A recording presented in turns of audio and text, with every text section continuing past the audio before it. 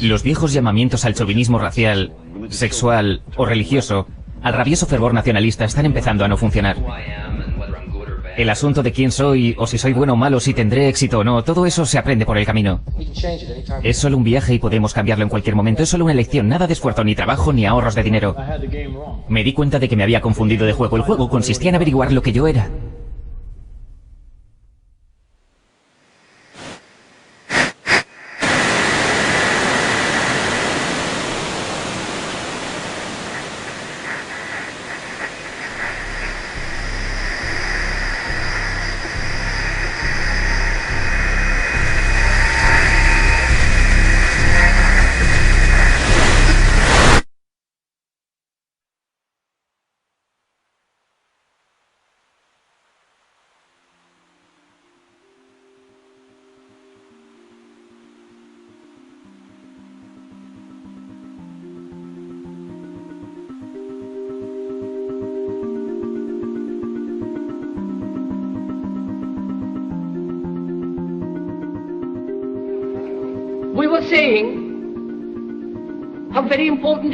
Veremos lo importantísimo que es llevar a la mente humana una revolución radical. La crisis es una crisis de conciencia.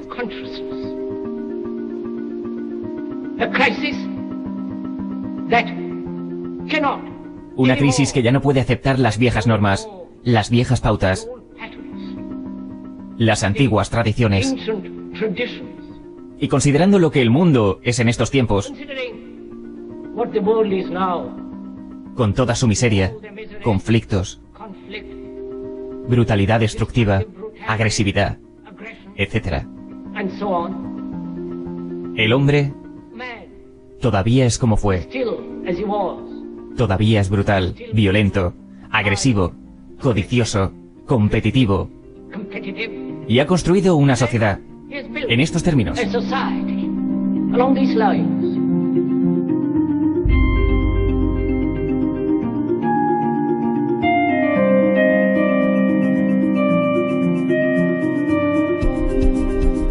Zeitgeist. Addendum.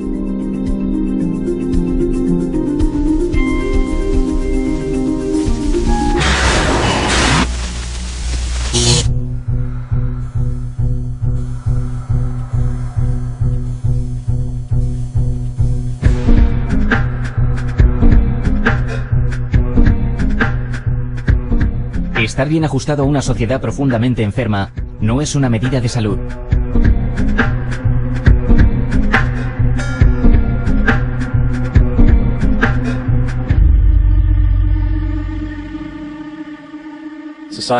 La sociedad de hoy en día está compuesta de una serie de instituciones. Desde instituciones políticas, instituciones legales, instituciones religiosas, a instituciones de clases sociales, valores familiares y especializaciones ocupacionales.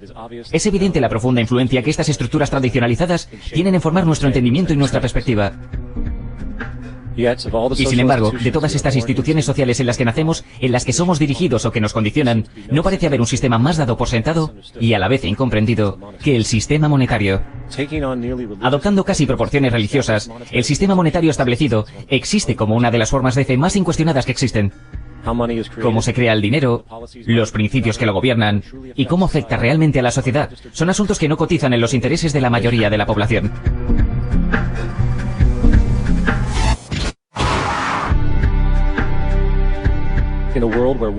En un mundo en el que el 1% de la población posee el 40% de la riqueza del planeta, en un mundo en el que cada día mueren 34.000 niños de pobreza y enfermedades evitables, y donde el 50% de la población mundial vive con menos de $2 al día, una cosa está clara. Hay algo que funciona extremadamente mal. Y tanto si somos conscientes de ello como si no, la sangre vital de todas nuestras instituciones establecidas y por tanto de la misma sociedad es el dinero. Por tanto, entender esta institución de la política monetaria es crucial para entender por qué nuestras vidas son como son. Desafortunadamente a la economía se la considera un tema aburrido y bastante confuso. Interminables torrentes de jerga financiera asociados con matemáticas intimidantes que rápidamente disuaden a la gente de intentar entenderla. Sin embargo, la verdad es que la complejidad asociada con el sistema financiero es una simple máscara. Una máscara diseñada para ocultar una de las estructuras sociales más paralizantes que la humanidad ha soportado nunca.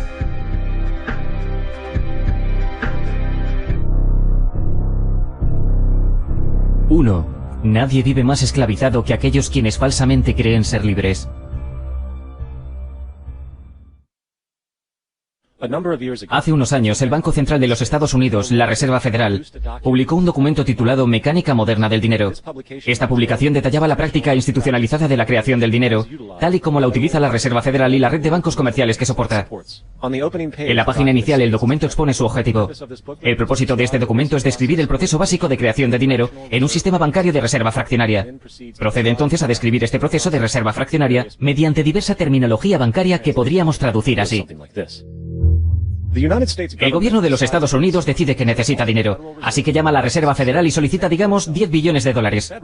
La Fed responde diciendo, claro, les compraremos bonos del gobierno por ese valor.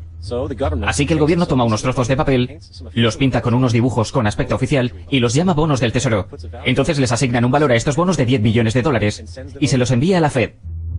A su vez, la gente de la Fed produce también un montón de impresionantes trozos de papel, solo que esta vez les llaman billetes de la Reserva Federal, dándole también a su papel un valor de 10 billones de dólares. La Fed toma entonces estos billetes y los intercambia por los bonos. Una vez el intercambio se ha realizado, el gobierno toma los 10 billones en billetes de la Reserva Federal y los deposita en una cuenta bancaria.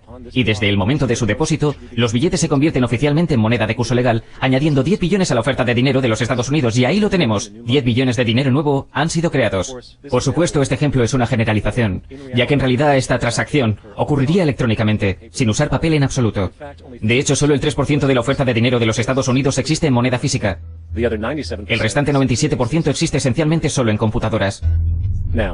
Ahora bien, los bonos del gobierno son por definición instrumentos de deuda.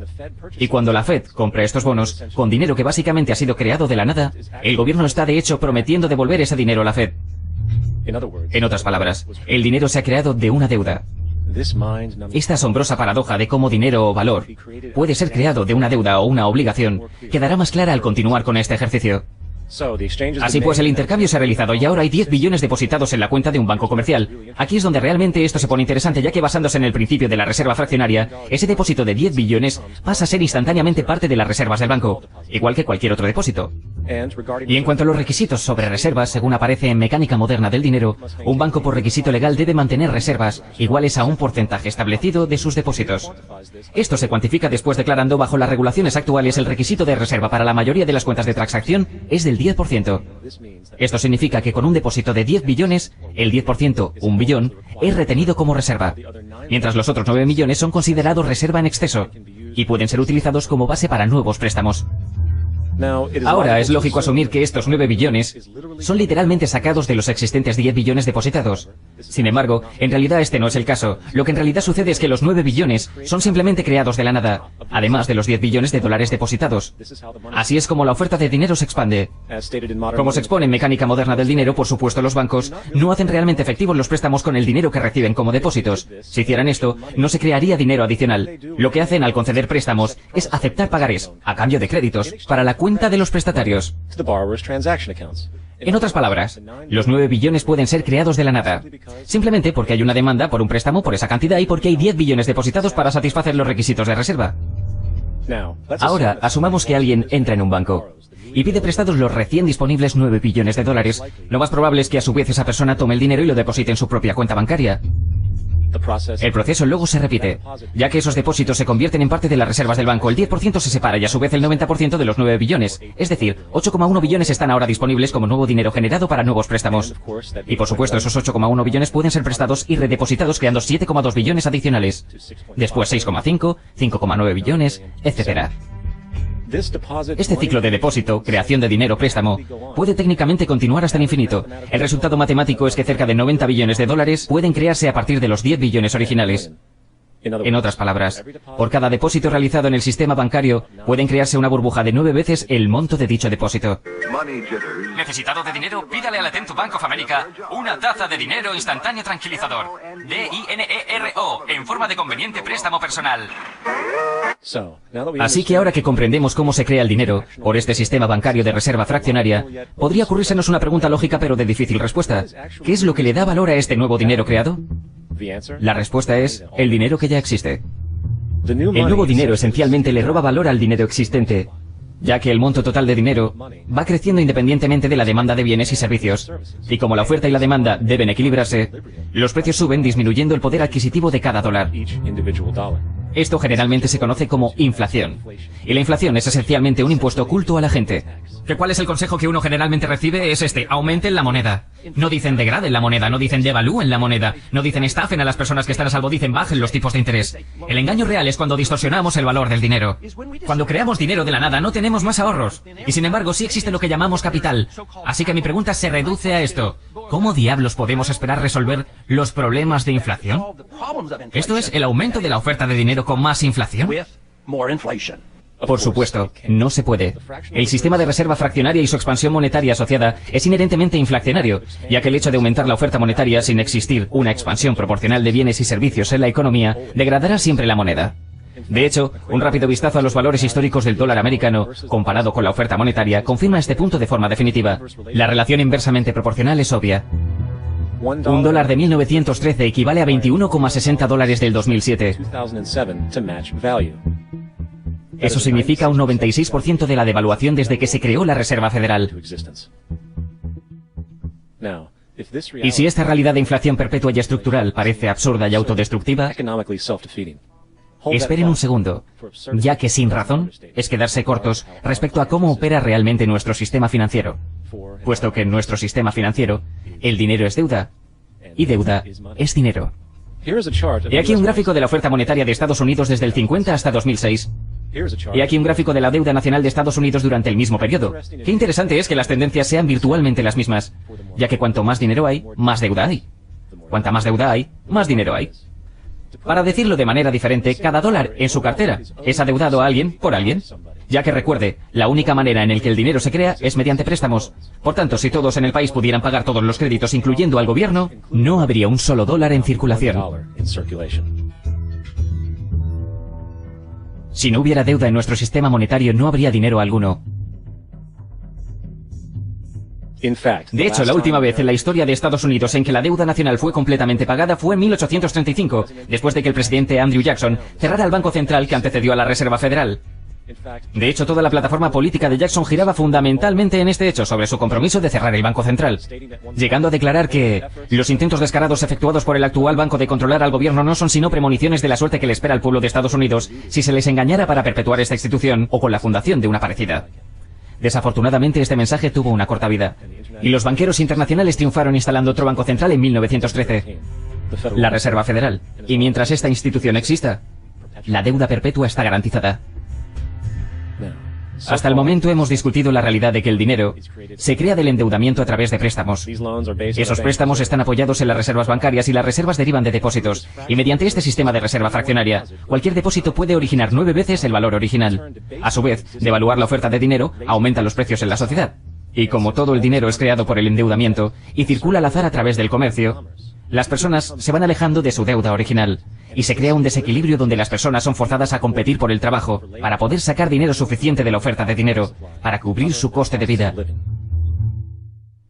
Tan disfuncional y retrógrado como esto nos pueda parecer, hay todavía una cosa que hemos omitido de la ecuación, y es un elemento estructural que revela la naturaleza realmente fraudulenta del sistema en sí mismo: la aplicación de intereses. Cuando el gobierno pide prestado dinero a la Fed, o cuando una persona le pide prestado a un banco, casi siempre tiene que devolverlo con un interés primario. En otras palabras, casi cada dólar existente debe ser finalmente devuelto al banco con interés. Pero, si todo el dinero es prestado por el Banco Central, y se expande por los bancos comerciales a través de préstamos, solo lo que denominaríamos el principal ha sido creado en la oferta de dinero. Así que entonces, ¿dónde está el dinero para cubrir todos los intereses cargados? En ningún sitio. No existe.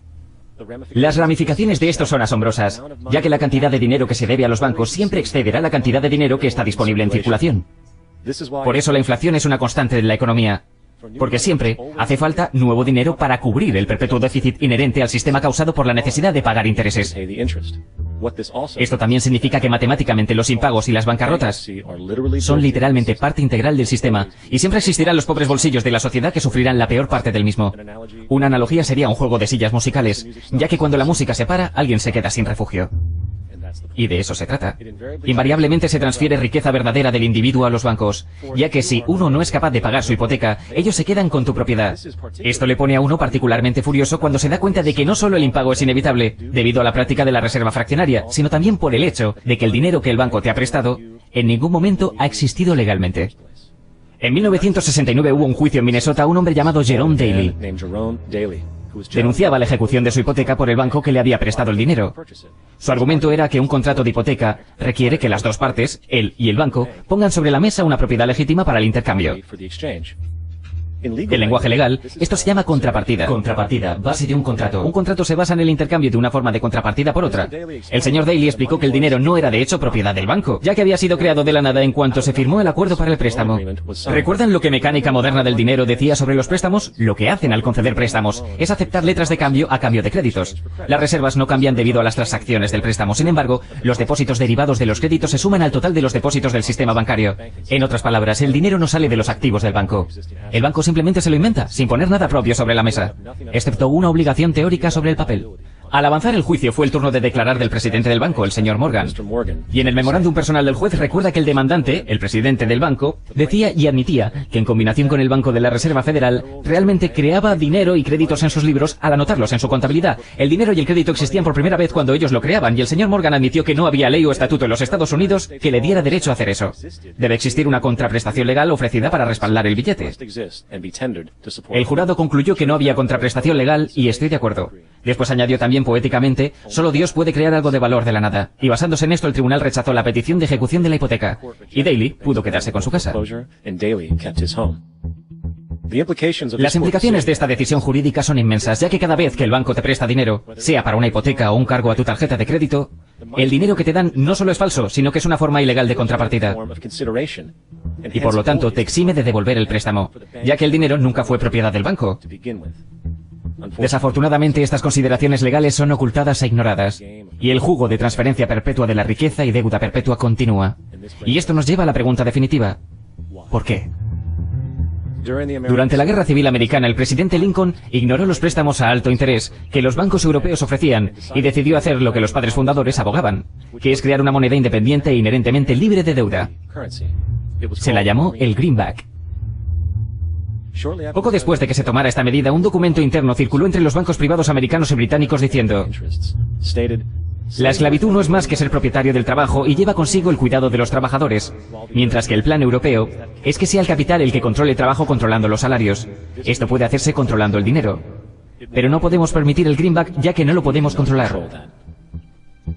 La política de reserva fraccionaria perpetrada por la Reserva Federal, que de hecho se ha extendido a la mayoría de los bancos del mundo, es de hecho un sistema de esclavitud moderna. Piénsenlo. El dinero se crea de la deuda. ¿Qué hace la gente cuando está endeudada? Se someten a un empleo para pagarla. Pero si el dinero solo puede crearse a base de préstamos, ¿cómo puede la sociedad llegar a estar algún día libre de deudas? No puede. Y de eso se trata. Y es el miedo de perder propiedades, unido a la lucha por mantener el ritmo de la deuda perpetua y la inflación inherente al sistema, combinado con la inevitable escasez de la oferta de dinero, a su vez creada por intereses que nunca pueden devolverse, lo que mantiene a los esclavos asalariados subyugados, corriendo en una rueda para hámsters, junto con millones de otras personas, de hecho impulsando un imperio que realmente solo beneficia a la élite que está en la cima de la pirámide. Ya que, si lo piensas bien, ¿para quién trabajan realmente? Para los bancos. El dinero se crea en un banco e invariablemente acaba en un banco. Ellos son los verdaderos amos junto con las corporaciones y gobiernos a los que respaldan. La esclavitud física obliga al amo a alojar y alimentar a la gente. La esclavitud económica obliga a la gente a alimentarse y alojarse a sí misma. Es una de las estafas de manipulación social más ingeniosas nunca creada. Y en su esencia, es una guerra invisible contra la población. La deuda es el arma utilizada para conquistar y esclavizar sociedades, y los intereses son su munición principal. Y mientras la mayoría anda por ahí ajena a esta realidad, los bancos, en complicidad con gobiernos y corporaciones, continúan perfeccionando y expandiendo sus tácticas de guerra económica, engendrando nuevas bases como el Banco Mundial y el Fondo Monetario Internacional, mientras a la vez inventan un nuevo tipo de soldado, el sicario económico. 2. Hay dos formas de conquistar y esclavizar una nación, una es con la espada y la otra es con la deuda. Nosotros los sicarios económicos somos los realmente responsables de crear este primer imperio verdaderamente global. Y trabajamos de diferentes maneras. John Perkins es jefe de economía del Chas, autor de Confesiones de un sicario económico. Pero quizás la más común es que primero identificamos un país que tiene recursos como petróleo. Después concertamos un enorme préstamo a ese país por parte del Banco Mundial o alguna de sus organizaciones hermanas. Pero el dinero nunca llega realmente a ese país, sino que va a parar a nuestras grandes corporaciones para construir infraestructuras en ese país. Plantas industriales, plantas eléctricas, puertos, cosas que benefician a una minoría rica de ese país, además de a nuestras corporaciones. Pero que realmente no llegan a la mayoría de la gente en absoluto. Sin embargo, esa gente, el país entero, se queda soportando una deuda enorme. Es una deuda tan grande que no pueden devolverla, y eso es parte del plan, no pueden devolverla. Así que en algún punto los sicarios económicos vamos y decimos, oye, has perdido mucho dinero y no puedes pagar tu deuda, así que véndele tu petróleo muy barato a nuestras compañías petrolíferas, permítenos construir bases militares en tu país, o envía tropas a apoyar a las nuestras en algún lugar del mundo como Irak, o vota a nuestro favor en la próxima decisión de la ONU. Privatiza la compañía eléctrica del país y su sistema de aguas y alcantarillado, vendiéndonosla a nosotros, las corporaciones estadounidenses o a otras corporaciones multinacionales. Y esta situación se extiende y es muy típico que de la forma en que trabaja el FMI y el Banco Mundial dejen a un país con una deuda tan grande que de hecho no puedan nunca pagarla. Y entonces les ofreces refinanciar la deuda y pagar aún más intereses. Y exiges este quid pro quo, lo que se llama condicionalidad, que consiste básicamente en que ellos tienen que vender sus recursos, incluyendo muchos de sus servicios sociales, sus servicios públicos, a veces sus sistemas escolares, sus sistemas penales, sus sistemas de seguros a corporaciones extranjeras. Así que es como un golpe doble, triple, cuádruple. Irán, 1953. El precedente de los sicarios económicos realmente empezó a principios de los años 50 cuando Mossadegh fue elegido democráticamente en Irán. Fue considerado la esperanza para la democracia en Oriente Medio y en la mitad del mundo. Fue el hombre del año de la revista Time. Pero una de las ideas de su campaña en que empezó a implementar fue que las compañías extranjeras de petróleo tenían que pagarle a los iraníes mucho más por el petróleo que se llevaban de Irán. Que los iraníes debían beneficiarse de su propio petróleo. Extraña política. Por supuesto que eso no nos gustó, pero temíamos hacer lo que normalmente hacemos, que era enviar al ejército. En cambio, enviamos a un agente de la CIA, Kermit Roosevelt. Era un pariente de Teddy Roosevelt. Y Kermit fue allí con unos pocos millones de dólares y fue muy pero que muy efectivo y eficiente, y en poco tiempo se las ingenió para derrocar a Mossadegh. Y trajo al Shah de Irán para reemplazarlo, quien siempre fue favorable al petróleo, y fue extremadamente efectivo. Rebelión en Irán. Multitudes inundan Teherán. Los oficiales del ejército gritan que Mossadegh se ha rendido y su régimen como virtual dictador de Irán ha terminado. Retratos del Shah desfilan por las calles mientras los sentimientos dan un vuelco. Al Shah se le da la bienvenida a casa. Así que aquí en los Estados Unidos, en Washington, la gente se mira y dice, eso fue fácil y barato. Así que esto estableció una nueva forma de manipular países y de crear imperios. El único problema con Roosevelt fue que tenía tarjeta de agente de la CIA.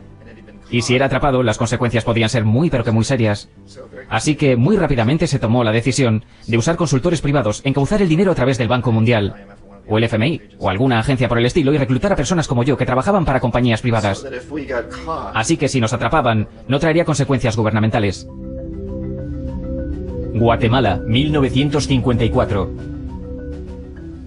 Cuando Arbenz se convirtió en presidente de Guatemala, el país estaba en manos de la compañía United Fruit, la gran corporación internacional, y Arbenz basó su campaña en un lema que decía, queremos devolverle la tierra a la gente. Y una vez más que tomó el poder, implementó políticas que harían exactamente eso, devolverle la tierra a la gente. A United Fruit no le gustó mucho eso. Así que contrataron firmas de relaciones públicas para hacer una gran campaña en los Estados Unidos para convencer a la gente de los Estados Unidos, a los ciudadanos de los Estados Unidos y a la prensa y al Congreso de los Estados Unidos que Arbenz era una marioneta soviética y que si lo dejaban seguir en el poder, los soviéticos podrían tener un punto de apoyo en este hemisferio. Y en ese momento había un gran temor en la mente de todos, del terror rojo, del terror comunista. Entonces, para cortar la historia de esta campaña de relaciones públicas, llegó el compromiso de parte de la CIA y de los militares de eliminar a este hombre. Y de hecho lo hicimos, enviamos aviones, enviamos soldados, enviamos chacales, lo enviamos todo para eliminarlo y así lo hicimos. Y tan pronto como fue destituido de su cargo, el chico nuevo, el que tomó el control después de él, básicamente devolvió todo a las grandes corporaciones internacionales, incluyendo como no a United Fruit. Ecuador, 1981. Ecuador estuvo controlada por muchos años por dictadores a favor de Estados Unidos, con frecuencia relativamente brutales. Entonces se decidió tener elecciones verdaderamente democráticas. Jaime Roldós se presentó como candidato y dijo que su objetivo principal como presidente sería asegurarse de que los recursos del Ecuador fueran usados para ayudar a las personas. Y ganó abrumadoramente, por muchos más votos que cualquier otro que haya ganado antes en Ecuador, y empezó a implementar estas políticas para cerciorarse que las ganancias provenientes del petróleo sirvieran para ayudar a su pueblo. Bueno, eso no nos gustó en los Estados Unidos. Me enviaron como uno de tantos sicarios económicos a cambiar a Roldós, a corromperlo, a persuadirlo, a hacerle saber, ya sabes. Está bien, puedes volverte muy rico si tú y tu familia juegan a nuestro juego. Pero si intentas continuar con estas políticas que has prometido, tendrás que irte. No quiso escuchar. Fue asesinado. En cuanto el avión se estrelló, todo el área fue acordonada. Los únicos autorizados fueron militares de una base estadounidense cercana y algunos militares ecuatorianos. Cuando se inició la investigación, 2 de los testigos clave murieron en accidentes de coche, antes de que tuvieran oportunidad de testificar. Sucedieron muchas cosas extrañas alrededor de ese asesinato, el de Jaime Roldós. Tanto yo como la mayoría de los que analizaron este caso no tienen ninguna duda de que fue asesinado.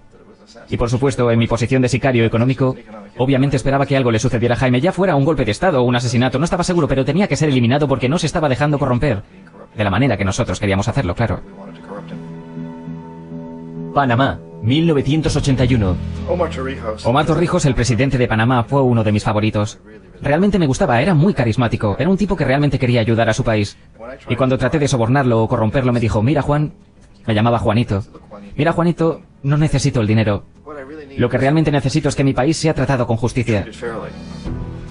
Necesito que los Estados Unidos indemnice a mi pueblo por toda la destrucción que han hecho aquí. Necesito estar en una posición donde pueda ayudar a otros países latinoamericanos a ganar su independencia y ser libres de esta presencia terrible del norte. Ustedes han abusado seriamente de nosotros. Necesito tener el canal de Panamá nuevamente en manos de panameños. Eso es lo que quiero. Así que déjame en paz. No trates de sobornarme. Fue en mayo de 1981 que Jaime Roldós fue asesinado. Y Omar era muy consciente de esto. Torrijos reunió a su familia y dijo, probablemente yo sea el próximo. Pero está bien, porque he hecho lo que vine a hacer. Renegocié el canal ahora estará en nuestras manos. Acababa de terminar de negociar el acuerdo con Jimmy Carter. En junio del mismo año, apenas un par de meses después, también murió en un accidente aéreo, que sin ninguna duda fue ejecutado por chacales patrocinados por la CIA. Hay muchas pruebas de que uno de los guardias de seguridad de Torrijos le dio en el último momento, cuando estaba subiendo al avión, un grabador, un pequeño grabador que contenía una bomba. Venezuela. Me resulta interesante ver cómo este sistema ha continuado casi de la misma manera durante años y años, excepto que los sicarios económicos han ido mejorando en su labor. Entonces tenemos el caso muy reciente de lo que sucedió en Venezuela. En el 98 Hugo Chávez consigue ser presidente electo, después de una larga línea de presidentes muy corruptos, que básicamente habían destruido la economía del país. Y Chávez fue elegido en medio de todo esto. Chávez le hizo frente a los Estados Unidos, y lo hizo ante todo exigiendo que el petróleo venezolano fuera usado para ayudar a la gente de Venezuela. Bueno, eso no nos gustó en los Estados Unidos. Así que en 2002 se organizó un golpe de Estado que, no tengo ninguna duda, igual que la mayoría de la gente, que la CIA estuvo detrás del mismo. La manera en que se promovió ese golpe fue un reflejo de lo que Kermit Roosevelt había hecho en Irán, pagándole a la gente para que saliera a las calles a alborotar, a protestar, a decir que Chávez era muy impopular. Ya sabes, si consigues unos pocos miles de personas que hagan eso, la televisión puede hacerlo parecer como que es el país entero. Y las cosas comienzan a proliferar rápidamente. Excepto en el caso de Chávez, que fue lo suficientemente inteligente y la gente lo apoyó fuertemente, tanto que lo superaron. Y eso fue un momento excepcional en la historia de América Latina. Irak, 2003. Irak es en realidad el ejemplo perfecto de la manera en que todo el sistema funciona. Nosotros los sicarios económicos somos la primera línea de defensa. Vamos allí, tratamos de corromper a los gobiernos y convencerlos de aceptar esos enormes préstamos que luego usamos como influencia para adueñarnos de ellos. Si fallamos, como fallé en Panamá con Omar Torrijos y en Ecuador con Jaime Roldós, hombres que se negaron a ser corrompidos, entonces la segunda línea de defensa es enviar a los chacales. Y los chacales o bien derrocan a los gobiernos o los asesinan. Y una vez que eso sucede, un nuevo gobierno entra y por supuesto se atiene a las instrucciones porque el nuevo presidente sabe lo que le pasará. En el caso de Irak, ambas cosas fallaron. Los sicarios económicos no pudieron llegar hasta Saddam Hussein. Lo intentamos muy arduamente, tratamos de hacerlo aceptar un trato muy similar al que había aceptado la Casa de Saud en Arabia Saudita, pero no quiso aceptar. Entonces los chacales fueron a eliminarlo. No pudieron. Su seguridad era muy buena. Después de todo, había trabajado una vez para la CIA. Fue contratado para asesinar al presidente anterior de Irak y fracasó. Pero conocía el sistema. Así que en el 91 enviamos tropas y sacamos a los militares iraquíes. Así que asumimos que en este punto Saddam aceptaría nuestras condiciones. Podríamos haberle eliminado, por supuesto, en ese momento. Pero no quisimos porque es el tipo de hombre fuerte que nos gusta. Controla a su pueblo, controlar a los kurdos, mantener a los iraníes en su frontera y seguir bombeando petróleo para nosotros y que en el momento que elimináramos a su ejército aceptaría. Así que los sicarios económicos volvieron en los 90 pero sin éxito. Si hubieran tenido éxito todavía estaría gobernando el país. Le estaríamos vendiendo los cazas que quisiera y cualquier otra cosa que quisiera, pero no pudieron, no le convencieron. Los chacales tampoco pudieron con él esta vez, así que enviamos de nuevo a los militares y esta vez completamos el trabajo y lo eliminamos. Y en el proceso creamos negocios de construcción muy lucrativos para nosotros. Teníamos que reconstruir el país que esencialmente acabábamos de destruir, lo que es muy buen negocio si uno tiene grandes empresas de construcción. Así que Irak nos muestra las tres fases. Los sicarios económicos fracasaron allí. Los chacales también. Y como medida final enviamos al ejército. Y de esa manera hemos creado realmente un imperio, pero lo hemos hecho muy sutilmente en clandestino. Los imperios se construían militarmente en el pasado y todo el mundo sabía que era así. Los británicos sabían que estaban construyendo uno, los franceses, los romanos, los griegos, y estaban orgullosos de ello.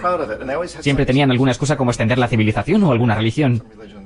Algo así, pero siempre sabían que lo estaban haciendo. Nosotros no. La mayoría de la gente de los Estados Unidos no tiene ni idea. No sabe que vivimos de los beneficios de este imperio clandestino. De que hoy hay más esclavitud en el mundo que nunca en la historia. Entonces uno debe preguntarse, bueno, si esto es un imperio, ¿quién es el emperador?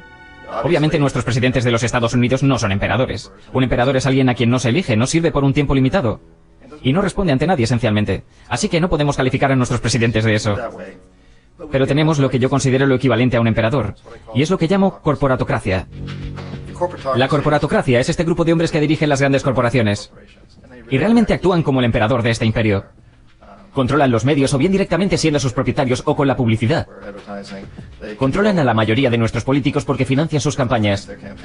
O bien mediante las corporaciones o mediante contribuciones personales que proceden de las corporaciones. Nadie les elige, no sirven por un periodo limitado y no responden ante nadie. Y en la cima de la corporatocracia uno no puede realmente saber si la persona trabaja para una corporación privada o el gobierno porque se mueven de uno a otro constantemente. Así que tienen a un tipo que en un instante es presidente de una compañía de construcción como Halliburton y al siguiente instante es vicepresidente de los Estados Unidos, o el presidente que antes estaba en el negocio del petróleo. Y esto es cierto tanto si los que están en el poder son demócratas como republicanos. Tenemos el mismo movimiento de ida y vuelta a través de la puerta giratoria. Y de algún modo nuestro gobierno es invisible gran parte del tiempo. Y a uno u otro nivel son las corporaciones las que llevan a cabo las políticas. Y una y otra vez es la corporatocracia la que forja las políticas del gobierno. Y luego las presenta al gobierno y se convierten en políticas. Así que hay una relación increíblemente íntima entre ellos. Esto no es ninguna teoría conspiratoria. Esta gente no tiene que juntarse a conspirar para hacer cosas. Trabajan todos bajo un supuesto fundamental. Y es que deben maximizar los beneficios sin importar el coste social o medioambiental.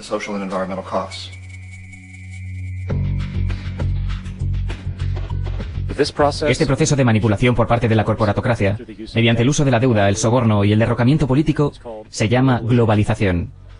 Igual que la Reserva Federal mantiene al público estadounidense en una posición de servidumbre forzada mediante la deuda perpetua, la inflación y el interés, el Banco Mundial y el FMI juegan ese papel a escala global. La trampa básica es simple: provocar el endeudamiento de un país bien por su propia imprudencia o corrompiendo al líder de ese país. Entonces, imponer condicionalidades o políticas de ajuste estructural, que a menudo consisten en lo siguiente: devaluación de la moneda. Cuando el valor de la moneda cae, lo mismo ocurre con todo lo valorado con ella. Esto pone los recursos indígenas a disposición de los países depredadores, a una fracción de su valor real. Grandes recortes en la financiación de programas sociales que habitualmente incluyen la educación y el sistema sanitario, comprometiendo el bienestar e integridad de la sociedad, dejando al público vulnerable a la explotación. Privatización de empresas públicas. Esto significa que sistemas socialmente importantes pueden ser adquiridos y regulados por corporaciones extranjeras que buscan beneficios. En 1999, el Banco Mundial instó al gobierno boliviano a vender el sistema público de aguas de su tercera ciudad más grande, a una subsidiaria de la corporación estadounidense Bechtel. En cuanto esto ocurrió, las facturas del agua para los ya empobrecidos residentes se dispararon. No fue hasta que hubo la revuelta popular total que se anuló el contrato con Bechtel. Entonces está la liberación del comercio, o la apertura de la economía eliminando toda restricción al comercio internacional. Esto permite ciertas manifestaciones económicas abusivas, como corporaciones transnacionales importando sus propios productos producidos en masa y vendiendo más barato que la producción local, arruinando así las economías locales. Un ejemplo es Jamaica, que después de aceptar créditos y condicionalidades por parte del Banco Mundial, perdió sus grandes mercados de grano debido a la competencia de las importaciones. Hoy, innumerables granjeros están sin trabajo ya que son incapaces de competir con las grandes corporaciones. Luego está la creación de numerosas, al parecer inadvertidas e inhumanas fábricas que explotan a los trabajadores aprovechando la penuria económica impuesta. Además, debido a la desregulación de la producción, la destrucción medioambiental es perpetua, ya que los recursos del país son a menudo explotados por corporaciones indiferentes, mientras vierten grandes cantidades de polución deliberadamente. La demanda judicial medioambiental más grande de la historia del mundo se está llevando en nombre de 30.000 ecuatorianos del Amazonas contra Texaco, ahora propiedad de Chevron, así que es contra Chevron. pero por actividades llevadas a cabo por Texaco. Se estima que es 18 veces más de lo que Exxon Valdez vertió en Alaska. En el caso de Ecuador no fue un accidente. Las petrolíferas lo hicieron a sabiendas, lo hicieron para ahorrar dinero y no tener que disponer de los residuos adecuadamente. Además, un rápido vistazo a los resultados de las actuaciones del Banco Mundial revela que la institución, que clama públicamente a ayudar a los países pobres a desarrollarse y a aliviar la pobreza, no ha hecho más que aumentar la brecha entre riqueza y pobreza, mientras los beneficios empresariales se han disparado. En el 60, la diferencia de salario entre un quinto de la población en los países ricos y un quinto de la población de los países más pobres era de 30-1. En el 98 era de 74-1.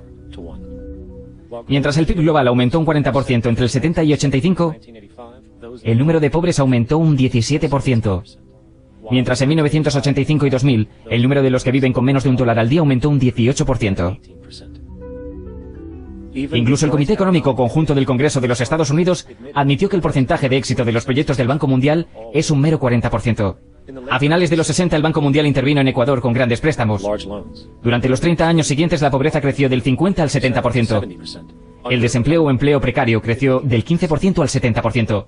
La deuda pública aumentó de 240 a 16.000 millones, mientras que la proporción de recursos asignados a los pobres bajó del 20% al 6%. De hecho, para el año 2000, el 50% del presupuesto nacional de Ecuador tenía que asignarse al pago de la deuda. Es importante comprender que el Banco Mundial es de hecho un banco de los Estados Unidos, apoyando intereses estadounidenses, ya que Estados Unidos tiene derecho a veto sobre las decisiones como máximo proveedor de capital. ¿Y de dónde sacó ese dinero? Lo han adivinado. Lo creó de la nada mediante el sistema de reserva fraccionaria. De las 100 mayores economías basándonos en el PIB, 51 son corporaciones. Y de esas 51 corporaciones, 47 tienen su sede en Estados Unidos. Walmart, General Motors o Exxon son más poderosas económicamente que Arabia Saudí, Polonia, Noruega, Sudáfrica, Finlandia, Indonesia y muchos otros. Y mientras las barreras protectoras del comercio se eliminan, las monedas se juntan y se manipulan en mercados flotantes y las economías estatales se derriban en favor de la competencia abierta en un capitalismo global. El imperio se expande. Te levantas en tu pequeña pantalla de 21 pulgadas y aúllas sobre América y la democracia. No hay América, no hay democracia. Solo hay IBM, ITT, IATT, DuPont, Dow, Union Carbide y Exxon. Esas son las naciones del mundo de hoy en día. ¿De qué crees que hablan los rusos en sus consejos de estado? ¿De Karl Marx? Sacan sus gráficos de programación lineal, teorías de decisión estadística, soluciones de mínimos y máximos y computan la probabilidad precio-coste de sus transacciones e inversiones exactamente igual que nosotros. Ya no vivimos en un mundo de naciones e ideologías, señor Bill.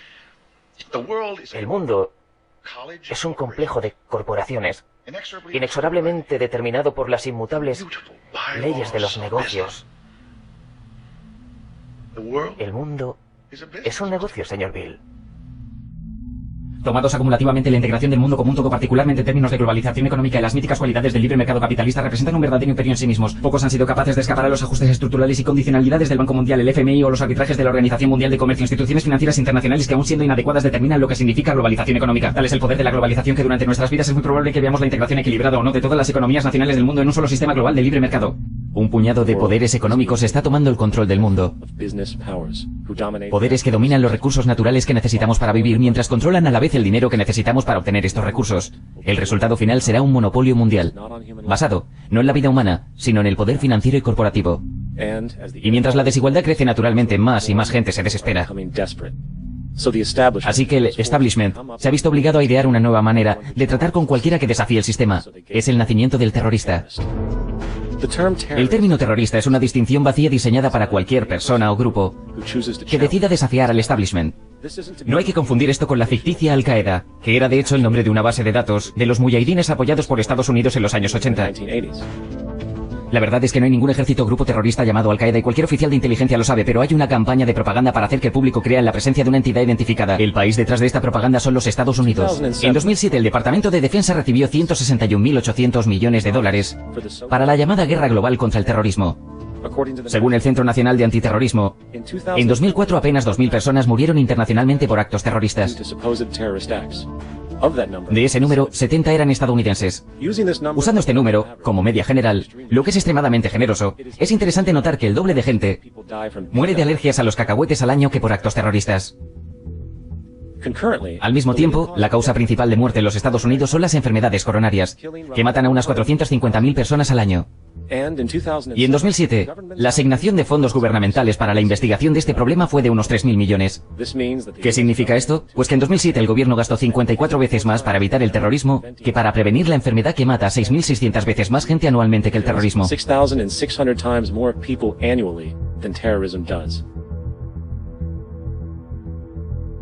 Sin embargo, como los nombres terrorismo y Al-Qaeda aparecen arbitrariamente en cada noticiario, en relación con cada acción contra intereses estadounidenses, el mito no para de crecer.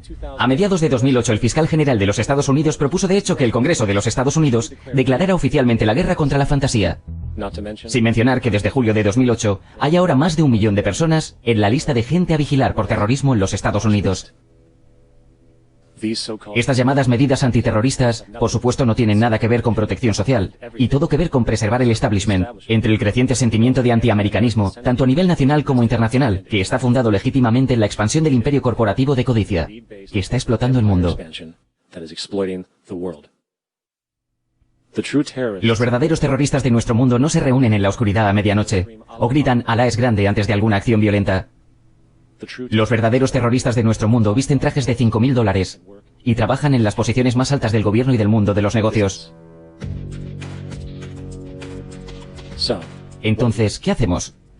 ¿Cómo paramos un sistema de codicia y corrupción que tiene tanta inercia y poder? ¿Cómo paramos este aberrante comportamiento de grupo que no siente compasión alguna por millones de personas masacradas en Irak y Afganistán, para la que la corporatocracia pueda controlar los recursos energéticos y la producción de opio para beneficio de Wall Street? Antes de 1980, Afganistán producía el 0% del opio mundial. Después de que los muyahidín apoyados por los Estados Unidos ganaran la guerra de Afganistán, para 1986 producían el 40% del suministro total de heroína. Para el 1999 producían el 80% del total del mercado. Pero entonces ocurrió algo inesperado. Los talibanes llegaron al poder. Y para el año 2000 habían destruido casi todos los campos de opio. La producción cayó en más de 3.000 toneladas a solo 185. Una reducción del 94%. El 9 de septiembre de 2001 los planes para una invasión en Afganistán estaban sobre la mesa del presidente Bush. 2 días después tenían la excusa. Hoy la producción de opio en el Afganistán controlado por Estados Unidos, que ahora suministra más del 90% de la heroína mundial, bate récords de producción cada año. ¿Cómo detenemos un sistema de codicia y corrupción que condena a las poblaciones pobres a ser explotadas para beneficio de Madison Avenue? ¿O en el que los ingenieros señalan en falso ataques terroristas por pura manipulación? ¿O que genera modelos de operación social que llevan inherentemente a la explotación? ¿O que sistemáticamente reduce las libertades civiles y viola derechos humanos para protegerse a sí mismo de sus propias carencias? ¿Cómo tratamos con las numerosas instituciones encubiertas, como el Consejo para Relaciones Extranjeras, la Comisión Trilateral o el Grupo Bilderberg, u otros grupos elegidos antidemocráticamente que a puerta cerrada confabulan para controlar los elementos político, social, financiero y medioambiental de nuestras vidas? Para encontrar la respuesta, debemos primero encontrar la verdadera causa subyacente. Ya que el hecho es que los grupos basados en egoísmo, corrupción, poder y beneficios no son el verdadero origen del problema. Son los síntomas. 3. Codicia y competencia no son el resultado del inmutable temperamento humano. La codicia y el miedo a la escasez en realidad se crían y se amplifican. La consecuencia directa es que tenemos que luchar con los demás para sobrevivir. Mi nombre es Jack Fresco y soy diseñador industrial e ingeniero social. Estoy muy interesado en la sociedad y en desarrollar un sistema que sea sostenible para todo el mundo. Lo primero, la palabra corrupción es una invención monetaria, ese comportamiento aberrante, comportamiento destructivo para el bienestar de la gente. De lo que se trata es de comportamiento humano. Y el comportamiento humano parece estar determinado por su entorno. Es decir, que si uno crece con los indios semínolas desde bebé y nunca ve otra cosa, sostendrá ese sistema de valores. Y lo mismo vale para las naciones, individuos o familias que tratan de adoctrinar a sus hijos. Los adoctrinan en la fe particular de su país y les hacen sentir que son parte de eso. Y construyen una sociedad a la que llaman establecida. Establecen un punto de vista que funcione y tratan de perpetuar eso. Mientras que todas las sociedades son en realidad emergentes, no establecidas. Así que luchan contra las nuevas ideas que puedan interferir con el establishment. Los gobiernos tratan de perpetuar lo que les mantiene en el poder. A la gente no se la elige para un cargo político para que cambie cosas.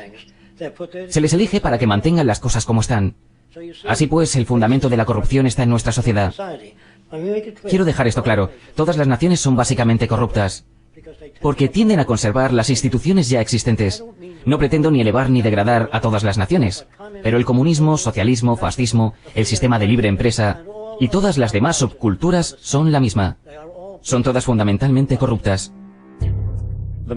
La característica más fundamental de nuestras instituciones sociales es la necesidad de autopreservación. Tanto si hablamos de corporaciones, religiones o el gobierno, el interés primordial es preservar la propia institución. Por ejemplo, lo último que una compañía petrolífera querría nunca es el uso de una energía que se escape a su control, ya que eso haría a la compañía menos relevante para la sociedad. Igualmente, la Guerra Fría y el colapso de la Unión Soviética fue una manera de preservar y perpetuar la hegemonía económica y global establecida de los Estados Unidos. De forma similar, las religiones condicionan a la gente para que se sienta culpable por inclinaciones naturales, alegando cada una de ellas ofrecer el único camino al perdón y la salvación.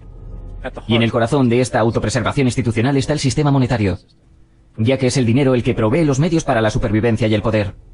Por tanto, igual que una persona pobre se podría ver obligada a robar para sobrevivir, es una inclinación natural hacer lo que sea necesario para continuar con los beneficios de una institución. Esto hace inherentemente difícil que las instituciones con ánimo de lucro cambien, ya que ponen en riesgo no solo a la supervivencia de grandes grupos de gente, sino también el codiciado estilo de vida materialista asociado con opulencia y poder. Por tanto, la necesidad paralizante de preservar una institución, sin importar su relevancia social, está en gran parte arraigada en la necesidad de dinero o beneficios. ¿Qué gano yo con esto? Es lo que piensa la gente. Y por lo tanto, si un hombre hace dinero vendiendo un cierto producto, entonces combatirá la existencia de otro producto que pueda amenazar su institución. Se sujeta mejor que ningún otro vendaje. Por consiguiente, las personas no pueden ser justas. Y las personas no tienen confianza en el prójimo. Un tipo se acercará a ti diciendo, tengo justo la casa que estabas buscando. Es un vendedor. Cuando un médico dice, pienso que hay que sacarle el riñón, no sé si está intentando pagar un yate o si hay que extraerme un riñón. Es difícil en el sistema monetario confiar en las personas.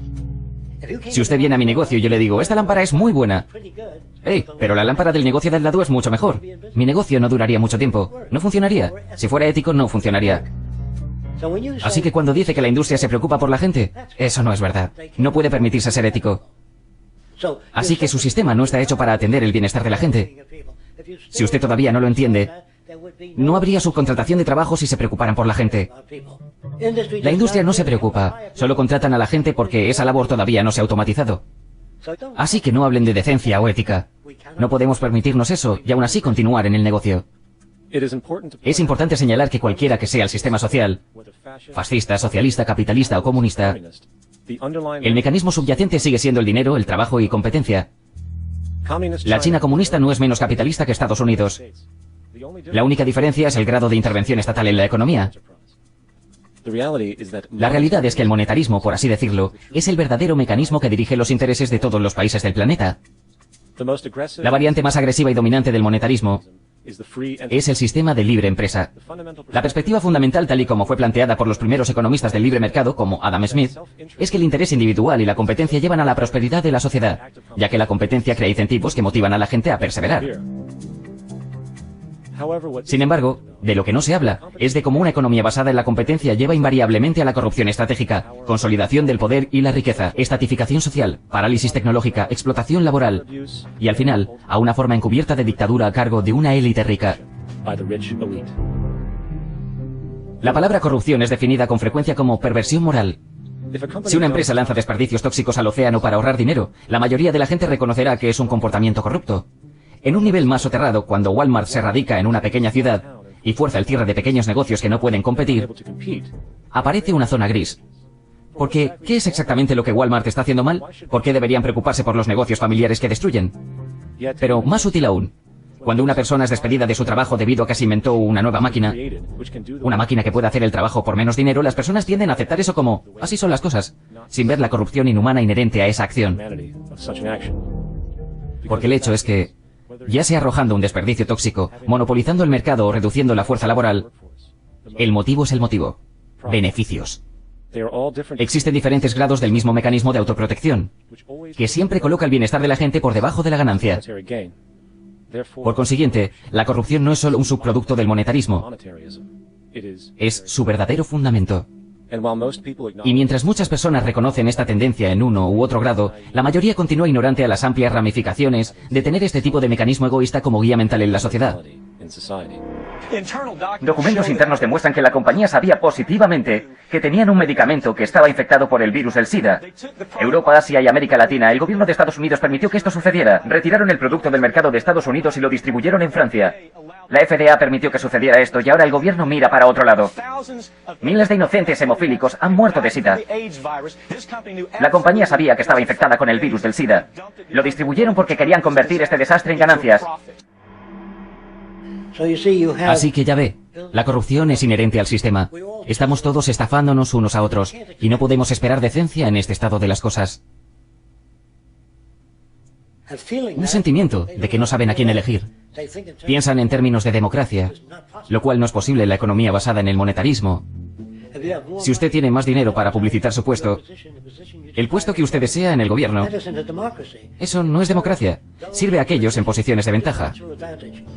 Así que siempre es una dictadura de una élite, los financieramente ricos. Podemos tener democracia en este país, o podemos tener riqueza concentrada en pocas manos, pero no podemos tener ambas. Es interesante notar cómo, al parecer, personalidades desconocidas aparecen mágicamente en la escena como candidatos presidenciales. Luego, antes de que uno se dé cuenta, le dan a elegir entre un pequeño grupo de personas extremadamente ricas, quienes sospechosamente tienen la misma visión social. Obviamente es un chiste. Las personas que aparecen en las papeletas de voto están ahí porque se ha decidido con anterioridad que son aceptables por parte del establishment financiero, los que en realidad manejan el circo. Sin embargo, muchos de los que comprenden la ilusión democrática frecuentemente piensan, si tan solo tuviéramos un político honesto y ético en el poder, entonces estaríamos bien. Bueno, aunque esta idea parece razonable, según nuestra visión establecida del mundo, es desafortunadamente otra falacia. Ya que cuando consideramos lo que es realmente importante, la institución de la política y por consiguiente los mismos políticos no tienen ninguna relevancia real en absoluto sobre lo que hace funcionar nuestro mundo y nuestra sociedad. No son los políticos los que pueden solucionar problemas. No tienen capacidad técnica. No saben cómo solucionar los problemas. Incluso si fueran sinceros, no sabrían resolver problemas. Son los técnicos los que producen las plantas de desalinización. Son los técnicos los que producen la electricidad. Los que te dan vehículos motorizados, los que te calientan la casa y la refrigeran en verano.